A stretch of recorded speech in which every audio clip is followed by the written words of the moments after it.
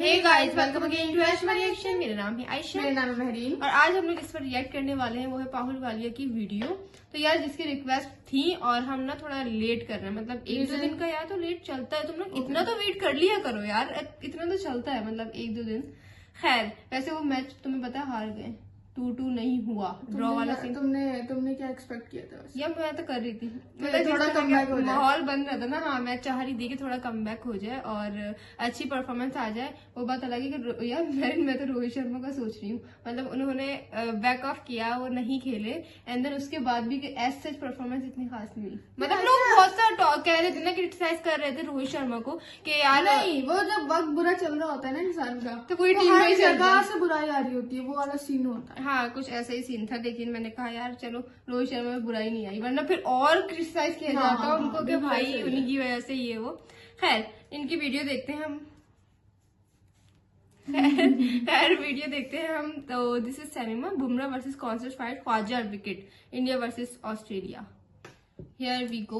KL Rahul once said, "You go after one of us and all 11 will come right back." और आज 5th test के day 1 की आखिरी ball पे exactly वही हुआ and it was absolute cinema. Sam Constance जो पिछले मैच में विराट कोहली से कंधा खाने के लिए फेमस थे, इस मैच में आते ही सेकंड इनिंग्स की शुरुआत में बुमराह को चौका मार के शेर से पंगे ले लिए उसने। और ये कम नहीं था तो दिन के आखिरी ओवर में आखिरी बॉल से जस्ट पहले कॉन्स्टेंस ने बुमराह को फिर से पोक करने की कोशिश करी। किसी तरीके से वो बुमराह को डिस्ट्रैक्ट कर रहा था, टाइम वेस्ट करने की कोशिश कर रहा था और बुमराह वाज़न्ट टेकिंग इट। अगली ही बॉल पे बुमराह ने ख्वाजा को आउट कर दिया भाई, डे की आखिरी बॉल पे। और इसको सेलिब्रेट करने के लिए 11 के 11 प्लेयर्स सैम कॉन्स्टेंस के ऊपर चढ़ गए। ख्वाजा की किसी को परवाह ही नहीं थी, वो बेचारा अकेला चलता हुआ जा रहा था और सब सैम कॉन्स्टेंस के अराउंड घेरा बना के खड़े हो रहे थे। एंड बुमराह ने ड्रॉप करी one of the coldest stairs from this BGT, वो भी एक 19 साल के कॉन्स्टेंस को। भाई क्या चल रहा है, मतलब आखिरी टेस्ट में भी बीजीटी पीक कर रहा है इस समय यार। ऐसी फोटोज दे रहा है मैं फ्रेम करके रखने के लिए इस सीरीज से। आई मीन देखो, ओरिजिनल वीडियो नहीं डाल सकता हूँ लेकिन एक मीम डाल सकता हूँ जिससे तुम्हें पता लग जाएगा कि ऐसे सीन्स हुए थे एकदम।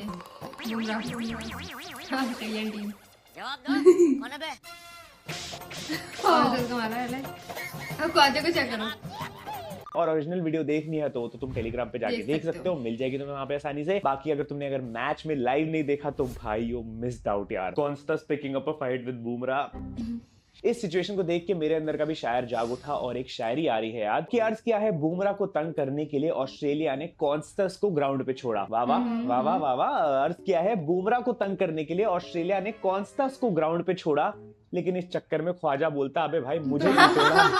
बहुत गंदी, समझ रहे हो सिचुएशन कैसी थी एकदम। जो यूवी पाजी और फ्लिंटॉफ के बीच में हुआ था और फिर ब्रॉड को 6 छक्के पड़े थे ना, वही सिचुएशन हुई है यहाँ पे। Cancel champions trophy, need a home BGT series straight away next month. भाई कर दो 10 मैच की सीरीज, 5 टेस्ट इंडिया में भी खिलाओ, मजा आने वाला है। और ये हमारी इंडियन टीम नहीं समझ में आएगी भाई, दिन भर बिलो एवरेज क्रिकेट खेल के एकदम लास्ट में ऐसा कुछ कर देते कि अब फिर पहुंच जाऊंगा मैं कल 5 बजे मैच देखने। मुझे सस्पेंस, मैंने तो मन बना लिया था भाई कि आज की घटिया बैटिंग परफॉर्मेंस एक बार फिर से इस सीरीज में देखने के बाद अब कल नहीं उठूंगा जल्दी, अब कल आराम से उठ के देखूंगा।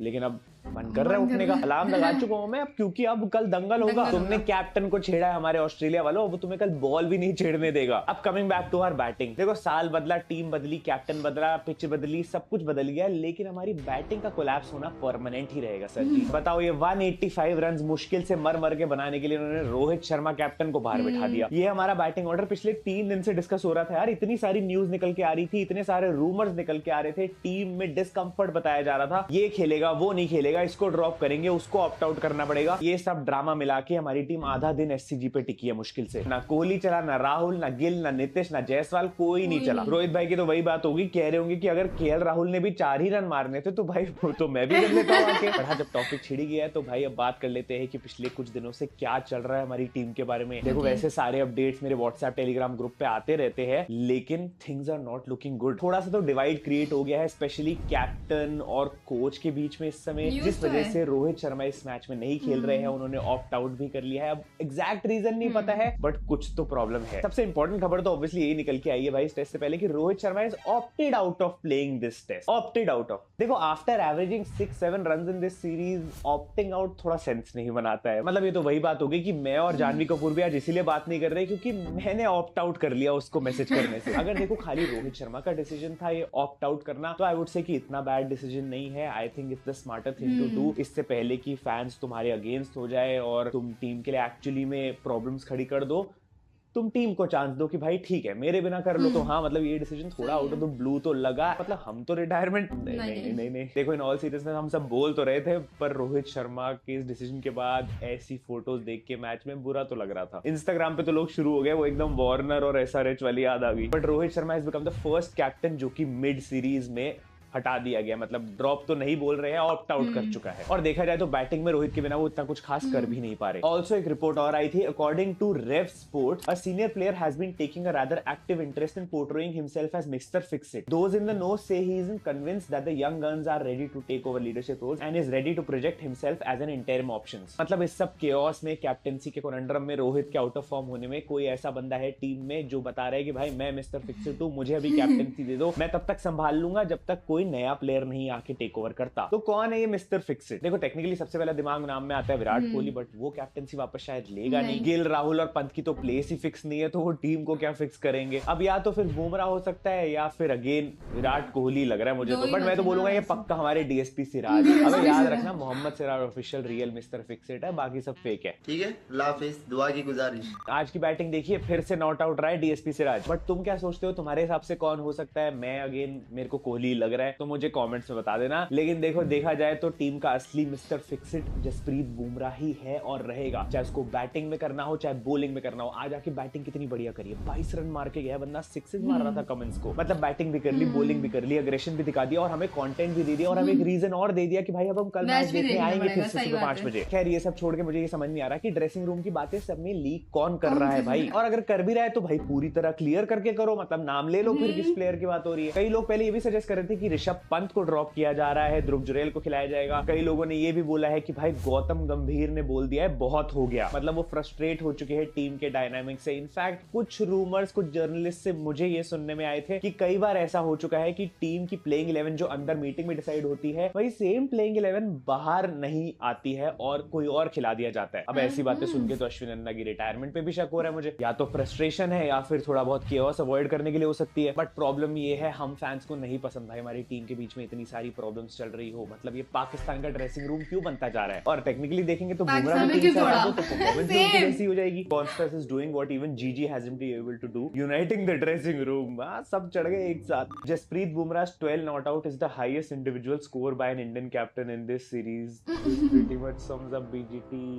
एंड पता है नाउ दैट गौतम गंभीर हैज मेड इट क्लियर कि भाई टीम में अगर परफॉर्म नहीं कर रहे तो उधर जगह नहीं मिलेगी, चाहे तुम कैप्टन ही क्यों ना हो। तो मुझे लगता है ये सेम चीज विराट कोहली पे भी अप्लाई होगी। और अगर नेक्स्ट इनिंग्स में भी विराट कोहली नहीं परफॉर्म कर पाता, इस मैच में फिर भी ठीक लग रहा था इस इनिंग्स में, बट अगेन नहीं कन्वर्ट कर पाया, सेम गलती। तो अगर नेक्स्ट इनिंग्स में नहीं कर पाता तो I think Kohli will also be dropped और ऑप्ट आउट और गो टू लंदन या जो मर्जी बोल लो, बट आई थिंक इनएविटेबल है अगर नहीं परफॉर्मेंस आती। परफेक्ट बैट फॉर कोहली भाई, एकदम आउटसाइड एज की चिंता ही नहीं, क्योंकि वैसे ही आउट होना है हर बारी। नहीं मैचेस बदल गए, अप्रोचेस बदल गई, कितनी नेट सेशन की फोटोज डाल लोगे, लेकिन आउट जब वैसे ही होना है तो इन सब चीजों को क्या फायदा है भाई? विराट कोहली को देख के लगता है हर मैच के बाद कि भाई अब तो अप्रोच बदल लेगा बंदा, लेकिन पिच के सिवाय और कुछ नहीं बदलता है। फिर से वही सिमिलर बॉल और सिमिलर शॉट खेलने की कोशिश और सिमिलर डिसअपॉइंटमेंट। थर्ड अंपायर से ज्यादा रिप्ले तो अपनी विकेट का कोहली दिखा रहा है भाई पिछले 5 मैचेस से। फ्लिप फील्डर टू कोहली, मैं भी तो भूखा हूँ, एक बाजी किनारा नहीं खिलाऊं।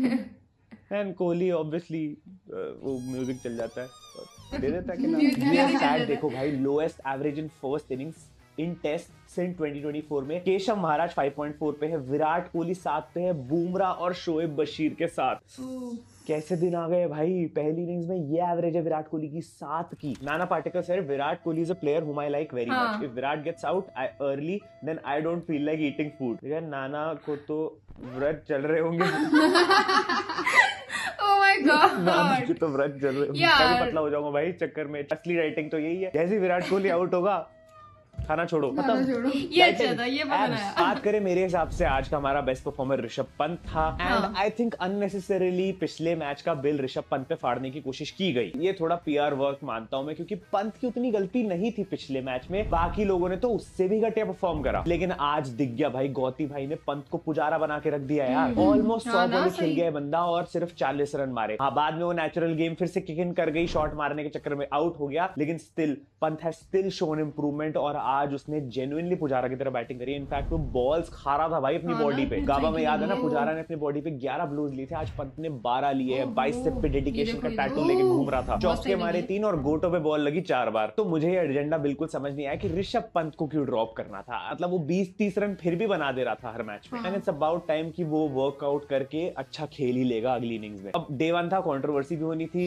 हो गई। सुंदर की जो विकेट थी वो क्लियरली मेरे हिसाब से नॉट आउट थी। बट देखो, once a cheater always a cheater. अब ये स्निको जो इनका बना हुआ है, ये कभी इनके हिसाब से काम करता है और कभी इनके। फिर से ऑन फील्ड सुंदर को नॉट आउट दिया गया। फुटेज देख के भी लग रहा था कि मतलब शर्ट लगी हुई है और आवाज शायद कहीं और से आ रही है, लेकिन अंपायर ने डिसीजन ओवर रूल करके आउट दे दिया। ऊपर से बेचारे सुंदर ने भी तगड़ी बॉल खाई है भाई गोटो पे। गेल और जायसवाल की विकेट्स मुझे बहुत ज्यादा इमेच्योर लगी। बिल्कुल नीड नहीं थी ऐसी हरकत करने की, जिस वजह से उन्होंने अपनी wickets they the. But still अभी मैच इंटरेस्टिंग होने जा रहा है। 9 पे 1 हो चुकी है ऑस्ट्रेलिया और बुमराह को इन्होंने छेड़ दिया है। I bought a TV worth 1.1 lakh paying over 4,000 rupees in electricity charges plus wifi only to watch Prasidh Krishna come out to bat on day 1। अबे थोड़ा सा तो खेल लिया करो यार। इस मैच में प्रसिद्ध कृष्णा भी टीम पे, आकाशदीप नहीं है, लेकिन हो सकता है भाई प्रसिद्ध कृष्णा छा जाए इस पिच पे। और बुमराह की कैप्टनसी है, पहले टेस्ट मैच की तरह कमाल करके दिखा दो भाई, 2-2 करके निकलेंगे। तुम लोग मुझे कमेंट्स में प्रेडिक्ट करके बताओ कि ऑस्ट्रेलिया का फर्स्ट इनिंग्स का स्कोर क्या हो सकता है। देखो जितने पंगे हो चुके हैं, मैं थोड़ी हार्श कॉल ले रहा हूँ यहाँ पे, बट मुझे लग रहा है ये लोग 140 से पहले ऑस्ट्रेलिया को ऑल आउट कर देंगे। तो कल थोड़े फायरवर्क एक्सपेक्ट कर सकते हो, मजा जरूर आने वाला है। This is what you call absolute cinema. First test bowlers कौन, सेकंड टेस्ट ओपनर्स कौन,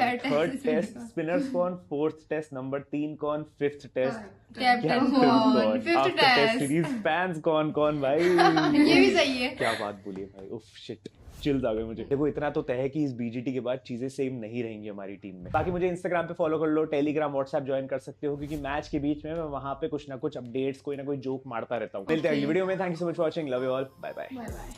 That's it. वैसे यार मुझे ना ऋषभ पंत का सही लगता है। मतलब वो बंदा देखता नहीं है कितनी विकेट्स हैं पीछे मेरे पास, नहीं वो आता है, वो अपनी फॉर्म में जिस तरह उसका एक वे है ना बैटिंग करने का, वो उसी तरह खेलता है। और वो यार ये अभी अभी जबरदस्त ये यहाँ पे नील आया हुआ था। हाँ ना, बहुत मुझे सही के लगे। मतलब और यार 12 उसने खाई है हाँ। यार वो नील वाला जो था ना, मैं भी देख के मैंने कहा यार ये बिल्कुल सही की लगी है बंदे के। और मैंने जब वो सीन जो था ना, मतलब बंदे ने उस टाइम मुझे लगी, एक्सप्रेशन में नहीं दिए कुछ, बिल्कुल नॉर्मल। मैंने कहा वाह यार ये बड़ा सही सीन है। बट यार बैटिंग कॉलेज जो चल रहा है ना, वो कुछ समझ नहीं आ रहा था।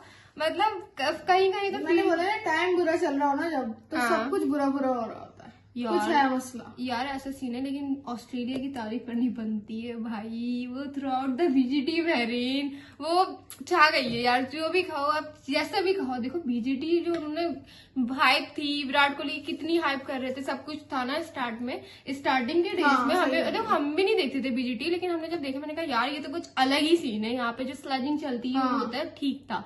लेकिन ये जो गई है ना अभी 10 साल बाद हराया यार इन लोगों को, 10 साल बाद, कितना ह्यूज। मैं ये सोच रही हूँ वो सब सही है, इंडिया हार गए लेकिन ये इन लोग की खुशी कितनी बड़ी है ऑस्ट्रेलिया वालों की ना भाई। हाँ ना, 10 एक बंदा मतलब 10 साल से नहीं जीत रहे थे, तो 10 साल बाद वो जीत गए। अब इंडिया को भी बुरा लग रहा होगा, क्योंकि भाई इनका रिकॉर्ड बन रहा था 10 साल से जीते जा रहे और इतना कोई आला जीत रहे थे, अब एकदम ऐसा हो और ये फर्स्ट वाले में तो इन लोग को भी लग रहा था कि यार 2-2 हो जाएगा, क्योंकि फर्स्ट इनिंग में थोड़ा बहुत बॉलर्स का था। बुमराह ने जो लास्ट बॉल पे आउट किया था और वो जो अग्रेशन दिखा था बुमराह का, वो आउट क्लास था। लग रहा था कि भाई हो जाएगा, लेकिन वही वाली बात है ना, बुमराह ही तो नहीं कर सकता ना भाई सब कुछ।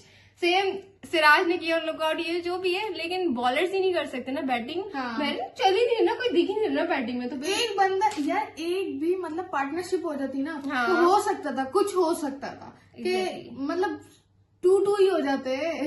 लेकिन यार मजा बड़ा आया मुझे बीजीटी में। मतलब हर टेस्ट मैच में कुछ ना कुछ न्यू हुआ, कुछ ना कुछ न्यू देखने को मिला। सेकंड वीडियो पर भी करना है इसकी रिएक्ट, राहुल वालिया की। तो यार कर देंगे, तुम लोग टेंशन ना लो, आ जाएगी, एक दिन लेट ही आएगी, कोई बात नहीं, बट आएगी। तो यही में वीडियो के भी एंड होता है। लाइक करो, कमेंट करो, सब्सक्राइब करो, शेयर करो। अल्लाह हाफिज।